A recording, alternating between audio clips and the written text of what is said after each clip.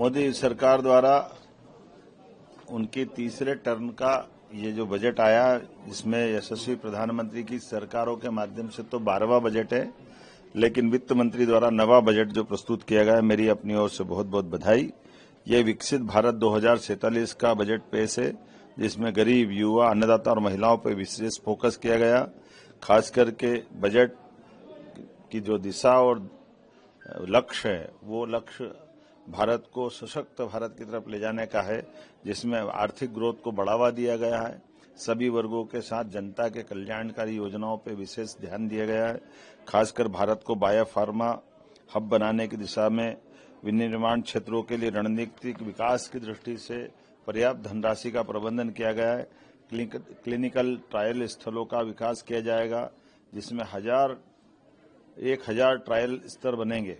Research and development के आधार पर AI के सेक्टर का बड़ा पैमाने पर राज्य के देश के विकास के साथ में हमारा मध्य प्रदेश भी आगे बढ़ेगा, ऐसे मैं उम्मीद करता हूं।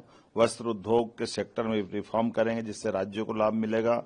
5 लाख से ज्यादा आबादी वाले शहरों का विकास और खासकर इसके लिए 5000 करोड़ का प्रबंधन करने का व्यवस्था की गई। छोटे शहरों में भी तीर्थ स्थलों का विकास करने का पर्याप्त ध्यान दिया गया है। केयर इकोसिस्टम के माध्यम से बुजुर्गों का इलाज सही समय पर हो जाए, इसका प्रबंधन भी किया है। देश के प्रत्येक जिले में एक महिला छात्रावास बनाने का निर्माण, ये नारी सशक्तिकरण की दिशा में ठोस कदम है। भारत ग्लोबल मैन्युफैक्चरिंग का हब बने, इसके भी पर्याप्त प्रबंधन किए गए हैं। इससे कई वैश्विक देशों की चुनौतियों से निपटने में भी हमारी सरकार सक्षम होगी। गंभीर बीमारियों के लिए दवाई सस्ती करके ये सच में बड़ा काम किया है, जिसमें बीमारों के लिए कोई वर्ग का भी हो, लेकिन गंभीर बीमारियां हैं, उसका इलाज बड़ा महंगा पड़ता है। ऐसे में दवाई के सस्ती करना, माननीय प्रधानमंत्री जी को, माननीय वित्त मंत्री जी को बधाई देना चाहूंगा। खास करके पर्यटन स्थलों पर हजारों गाइड रख करके रोजगार के नए मार्ग को ढूंढने का प्रयास किया गया है। आर्कियोलॉजी की दृष्टि से, पुरातत्व की दृष्टि से जो रिजर्व स्थान है, उनको भी टूरिज्म की दृष्टि से खोलने का जो निर्णय किया गया है, इससे हमारी प्राचीन विरासत को भी लोग जानने समझने के लिए अवसर लेंगे। और ऐसे में विदेशी पर्यटकों को लाने के लिए 2% टैक्स की कमी करते हुए उनके लिए जो विशेष सौगात दी, जिसके आधार पर वैश्विक स्तर पर टूरिज्म के सेक्टर में भारत का स्थान और बढ़ेगा। जिला अस्पतालों को अपग्रेड करने का निर्णय किया है। इनकम टैक्स के में छोटे करदाताओं के लिए प्रक्रिया आसान की है।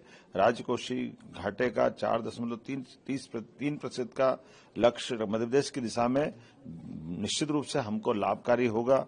राज्यों के लिए मध्य प्रदेश के लिए 1,40,000 करोड़ का अनुदान रखा है, जिसमें मध्य प्रदेश को भी राज्यों के लिए 1,40,000 करोड़ का अनुदान देने का निर्णय किया, जिसमें मध्य प्रदेश भी लाभान्वित होगा। मध्य प्रदेश तो टेक्सटाइल के क्षेत्र में भी, जब पीएम मित्र पार्क का उद्घाटन हमने भूमि पूजन माननीय प्रधानमंत्री जी के माध्यम से किया था, जिसमें 3 लाख से ज्यादा लोगों को रोजगार मिलेगा। 6 लाख से ज्यादा कपास उत्पादक किसानों के लिए पूरा मालवा निमाड़ एक तरह से एक नई छलांग लगाने के लिए हमने पिछले समय उसका भूमि पूजन कराया। इससे इस बजट के माध्यम से वैश्विक स्तर पर कॉटन के कपड़े, रेडीमेड गारमेंट्स, सभी प्रकार के सेक्टर के लिए अनोखी और बहुत दूरगामी दृष्टि से नीतियां बनाई गई है, जिसका लाभ पूरा देश उठाएगा, मध्य प्रदेश उठाएगा। मैं अपनी ओर से, मध्य प्रदेश सरकार की ओर से, प्रदेश की 9 करोड़ जनता की ओर से आज इंदौर में मैंने इस कार्यक्रम में शामिल होकर के बजट भी सुना। बजट से जुड़े हुए विविध अलग अलग श्रेणी के विद्वानों के साथ संवाद भी हुआ, उनके विचार भी जाने, और उनने सबने एक मुक्त कंठ से एक मत होकर के बजट की तारीफ की। ये आनंद का विषय है। मेरी अपनी ओर से बधाई।